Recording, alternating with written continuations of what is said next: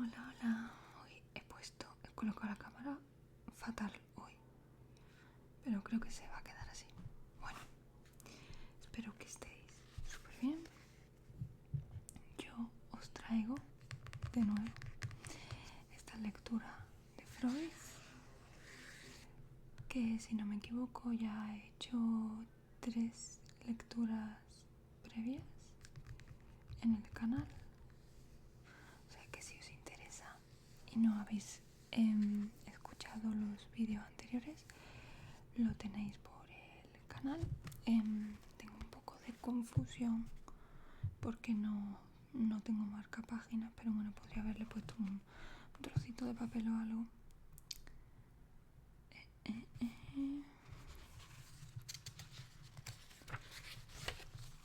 Voy a intentar. Sí, porque creo que empezamos leyendo un nuevo apartado, no un nuevo capítulo, sino un nuevo apartado. Así que bueno, vamos a continuar por ahí. Y nada, antes de nada, gracias por el apoyo que está recibiendo el canal, que estoy muy contenta. Y si te apetece, puedes dejar un comentario, dejar un like o suscribirte, es más que bienvenido. Y vamos. Ahora queremos saber qué valor pueden tener nuestra equiparación de tabú con la neurosis obsesiva y la concepción del tabú obtenida de esa comparación. Es evidente que ese valor solo podría consistir en que nuestra concepción tuviera una ventaja que sin ella no tendría, en que permitiera un mejor entendimiento del tabú que de otro modo no sería posible. Nos inclinaríamos a sostener que en las consideraciones que anteceden ya hemos aportado la prueba de esa utilidad, pero intentaremos reforzarla ahora mediante una explicación de las prohibiciones y los usos del tabú. Pero aquí se nos abre otro camino. Podemos ponernos a indagar si en los fenómenos del tabú podría verificarse directamente una parte de las premisas que hemos extendido de la neurosis al tabú, o bien de las conclusiones obtenidas de esta extensión. Solo tendríamos que decidir en qué dirección proseguir la investigación. La afirmación sobre la génesis del tabú, según la cual este provendría de una prohibición antiquísima impuesta en su momento desde fuera, se sustrae a toda prueba. Por eso intentaremos más bien probar que en el tabú se dan las condiciones psicológicas que hemos apreciado en la neurosis obsesiva. ¿Cómo llegamos a saber de la existencia de esos factores psicológicos en la neurosis? Mediante el estilo analítico de los síntomas, sobre todo de los actos obsesivos, las medidas de defensa y los mandamientos obsesivos. Ahí hallamos los mejores indicios de que estos síntomas derivan de sentimientos o tendencias ambivalentes, ya sea que respondan de manera simultánea tanto a un deseo como a su contrario, o estén predominantemente al servicio de una de las dos tendencias opuestas. Si lográsemos evidenciar también en las prescripciones del tabú la ambivalencia o el efecto de tendencias contrapuestas, o descubrir entre ellas algunas que, a la manera de las acciones obsesivas, expresaran simultáneamente ambas tendencias, quedaría demostrada que en casi todos sus aspectos principales la concordancia psicológica entre tabú y neurosis obsesiva. Como ya hemos constatado, las dos prohibiciones tabú fundamentales son inaccesibles a nuestro análisis por su pertenencia al totemismo. Otra parte de los estatutos tabú es de origen secundario y sin interés para nuestro propósito. En efecto, en los pueblos de que nos ocupamos, el tabú ha pasado a ser la forma universal de legislación y ha entrado al servicio de tendencias sociales que sin duda son más recientes que el tabú mismo, como por ejemplo tabúes impuestos por jefes y sacerdotes para asegurar sus propiedades y privilegios. Sin embargo, nos queda un importante grupo de prescripciones por someter a nuestra indagación. De ellos destaco los tabúes relativos a enemigos, b. jefes, el material correspondiente de la notable recopilación de J. G. Fraser en Taboo and the Perils of the Souls, segunda parte de su gran obra The Golden Bough. Nunca he escuchado esa palabra. B-O-U-G-H. Bough. A. El trato dispensado a los enemigos. Si nos inclinábamos a atribuir a los pueblos salvajes y semisalvajes una crueldad sin inhibiciones ni muestras de arrepentimiento contra sus enemigos, quedaremos sorprendidos al enterarnos de que en ellos el acto de dar muerte a un hombre debe sujetarse a una serie de prescripciones derivadas de usos del tabú.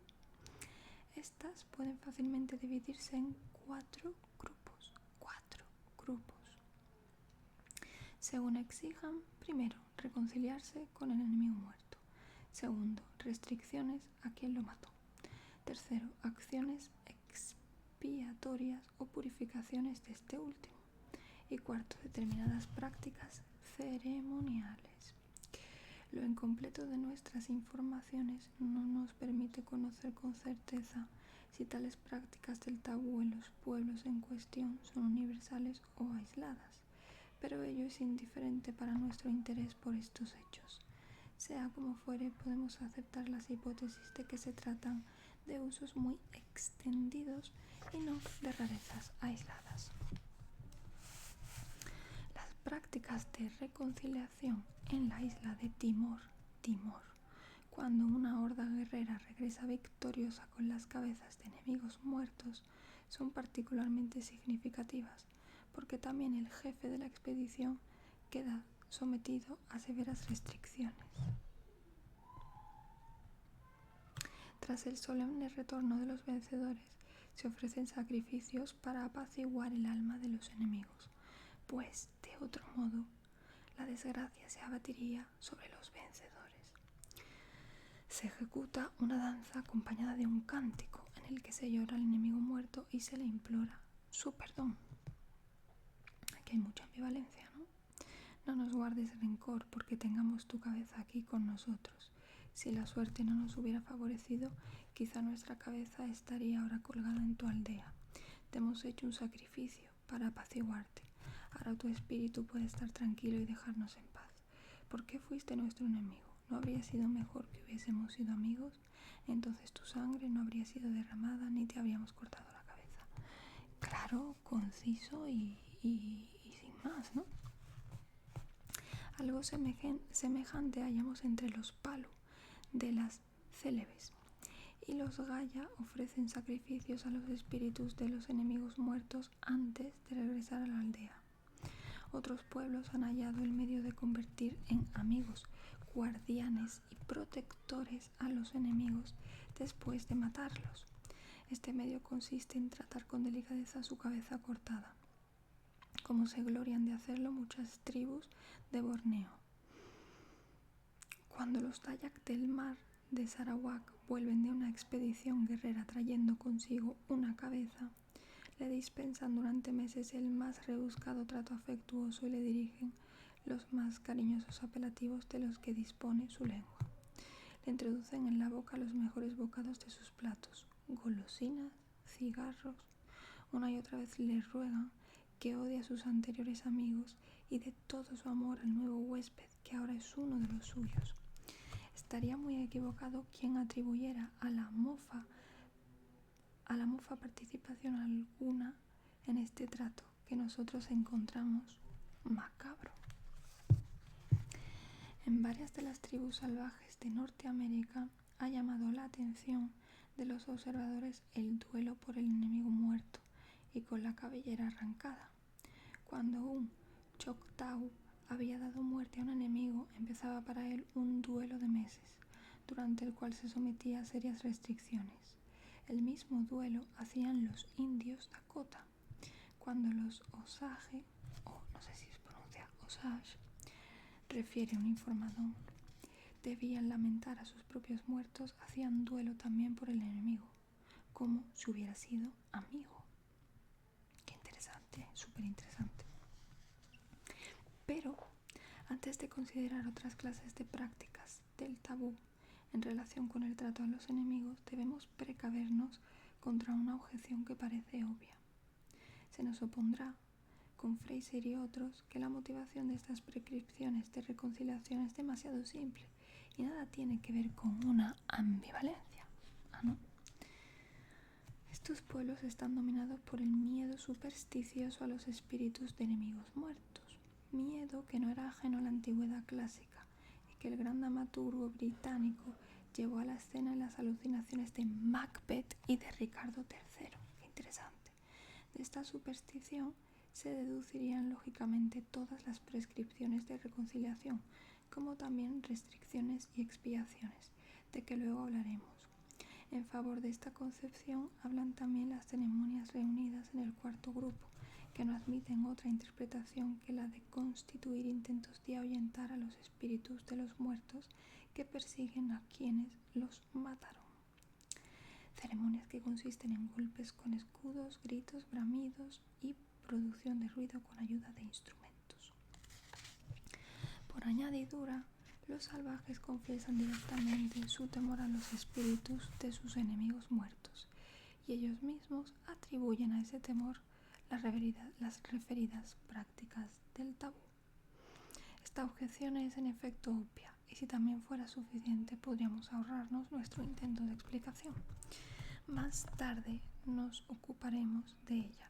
Ahora solo le oponemos una concepción deducida de las premisas empleadas en nuestras anteriores consideraciones del tabú. De todas estas prescripciones extraemos la consecuencia de que en la actitud hacia los enemigos se manifiestan otros sentimientos que los que son meramente hostiles. Vemos en ella manifestaciones de arrepentimiento, estima por el enemigo y de mala conciencia por haberlo matado. Parecería que también en estos salvajes está vivo el mandamiento, no matarás, que no se puede infringir sin castigo, mucho antes que cualquier legislación recibida de mano de un dios. Voy a beber un poquito de agüita, porque tengo mucha sed.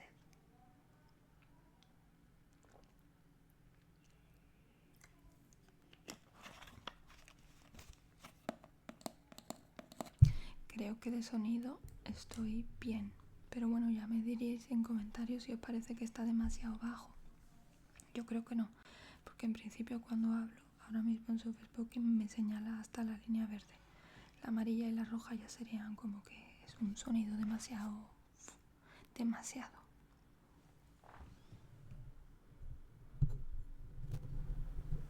Así creo que mejor, así mejor, porque tenía la ganancia muy baja. Que bueno, por otro lado bien visto, porque hasta hace poco había bastante ruido ambiental.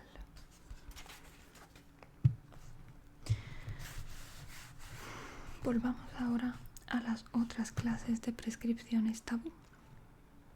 Las restricciones impuestas al matador victorioso son frecuentísimas y la mayoría de las veces muy severas. En Timor, el jefe de la expedición no puede regresar a la casa sin más. Le construyen una choza especial donde pasa 2 meses cumpliendo diversos preceptos de purificación. Durante ese tiempo no puede ver a su mujer, tampoco alimentarse por sí mismo. Es preciso que otra persona le introduzca la comida en la boca. En algunas tribus Dayak, los que regresan a casa tras una expedición guerrera victoriosa tienen que permanecer apartados durante varios días y abstenerse de determinados alimentos. Tampoco pueden tocar la comida y se mantienen lejos de sus mujeres. En Logea, una isla próxima a Nueva Guinea, los hombres que dieron muerte a enemigos o participaron en esa acción se recluyen en sus casas durante algunas semanas. Evitan todo trato con su mujer y amigos, no tocan la comida con sus manos y solo se alimentan de vegetales cocinados para ellos en recipientes especiales. Se dice que el motivo de esta última restricción es que no deben oler la sangre del muerto, pues de lo contrario enfermarían y morirían. En la tribu Toaripi o Motu-Motu de Nueva Guinea, un hombre que haya matado a otro no puede aproximarse a su mujer ni tocar alimentos con sus dedos. Recibe un alimento especial de mano de otras personas. Esto dura hasta la siguiente luna nueva. Omito citar por extenso los casos de restricciones impuestos al matador victorioso del que informa Fraser, y solo destacaré ejemplos en que resulta particularmente llamativo el carácter del tabú o la restricción unida a una expiación, una purificación o un ceremonial. Entre los monumbo de la Nueva Guinea alemana, todo el que haya dado muerte en combate a un enemigo se vuelve impuro, y la palabra empleada es la misma que se aplica a las mujeres durante la menstruación o el puerperio. Por largo tiempo no puede abandonar la casa club de los varones, mientras los demás habitantes de la aldea se reúnen a su alrededor y festejan su triunfo con cánticos y danzas. No puede tocar a nadie, ni a su mujer ni a sus hijos. Si lo hicieran, ellos se cubrirían de úlceras. Luego se purifica mediante abluciones y otras acciones ceremoniales. Entre los natchez de Norteamérica, los jóvenes guerreros que habían cortado la primera cabellera eran sometidos a ciertas abstinencias durante 6 meses. No podían dormir con sus mujeres ni comer carne. Para alimentarnos solo se le daba pescado y pastel de maíz. Cuando un choctaw había matado y cortado la cabellera a un enemigo, empezaba para él un periodo de duelo de 1 mes durante el cual no podía peinar su cabello. Si le picaba la cabeza no podía usar la mano para rascarse, sino que debía servirse para hacerlo de una varita. Si un indio Pima había matado a un apache, debía someterse a severas ceremonias de purificación y expiación. Durante un periodo de ayuno de 16 días no podía tocar carne y sal, mirar ningún fuego ardiendo y hablar con persona alguna. Vivía solo en el bosque, servido por una anciana que le daba escaso alimento. Se bañaba a menudo en el río más cercano y, como señal de duelo, llevaba en la cabeza una pella de barro. El día 17º tenía lugar la ceremonia pública de la solemne purificación del hombre y sus armas. Como los Pima tomaban mucho más en serio que sus enemigos el tabú del matador y no solían posponer como ellos la expiación y la purificación hasta el final de la guerra, su aptitud bélica se veía notablemente menoscabada por el rigor de sus costumbres o por su piedad, como se quiera decir. A pesar de su valentía extraordinaria, resultaban aliados poco eficaces de los norteamericanos en sus luchas contra los apache. Aunque sean interesantes para un estudio más profundo, los detalles y variaciones de las ceremonias de expiación y purificación después de matar a un enemigo, interrumpo aquí mi exposición, porque ya no nos dará nuevos puntos de vista. Solo añadiré que el aislamiento temporal o permanente del verdugo profesional que se ha conservado en nuestros días se inscribe todavía en este contexto. La posición del verdugo en la sociedad medieval ofrece de hecho una buena representación del tabú en los salvajes. En la explicación corriente de todas estas prescripciones de reconciliación, restricción, expiación y purificación suelen combinarse dos principios. La extensión del tabú desde el muerto a todo lo que estuvo en contacto con él y el miedo al espíritu del muerto. No se nos dice, y de hecho no es fácil averiguarlo, de qué manera han de combinarse esos dos factores para explicar el ceremonial, ni si ha de atribuírseles igual valor, ni si uno es el primario y el otro el secundario, ni en este último caso cuál sería uno y cuál el otro. Frente a esto, nosotros subrayamos la unicidad de nuestra concepción al derivar todas estas prescripciones de ambivalencia de los sentimientos hacia el enemigo. B. El tabú de los gobernantes. El comportamiento de los pueblos primitivos con sus jefes, reyes y sacerdotes se rige por dos principios que más parecen complementarse que contradecirse. Hay que protegerlos y también protegerse de ellos. He must not only be guarded, he must also be guarded against. Ambas cosas se cumplen mediante un sinnúmero de prescripciones tabú. Ya sabemos por qué es preciso protegerse de los gobernantes. Son los portadores de aquella misteriosa y peligrosa fuerza hechizadora que, cual una carga eléctrica, se comunica por contacto y trae la muerte o la perdición a quien no esté protegido por una carga semejante. Por tanto, se evita todo contacto indirecto o directo con esa peligrosa sacralidad, y cuando el contacto no se puede evitar, se ha inventado un ceremonial para conjurar las temidas consecuencias. Por ejemplo, los Nuba del África Oriental creen que morirán si entran en la casa del rey sacerdote, pero que sustraerán a ese peligro si al hacerlo desnudan su hombro izquierdo para que el rey se lo toque con su mano. Lo curioso aquí es que el contacto del rey es el recurso curativo y protector frente a los peligros derivados de ese mismo contacto, aunque tal contacto es iniciado por el rey y depende de su regia voluntad. A diferencia del peligroso, es la oposición entre la pasividad y la actividad frente al rey. Por lo que se refiere al efecto curativo del contacto real, no necesitamos buscar ejemplos. En tiempos no muy lejanos, los reyes de Inglaterra ejercían ese poder en los escrofulosos, que por eso recibía la enfermedad el nombre de The King's Evil. Escrofulosos. Bueno, voy a ver agua porque me estoy ahogando y voy a buscar qué significa escrofuloso.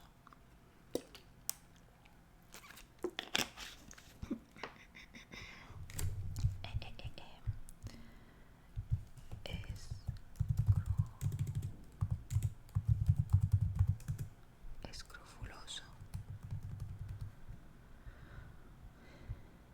¿Qué es la escrófula? Infección de tuberculosis de los ganglios linfáticos del cuello. Ni la reina Isabel I ni sus sucesores renunciaron a esta prerrogativa real.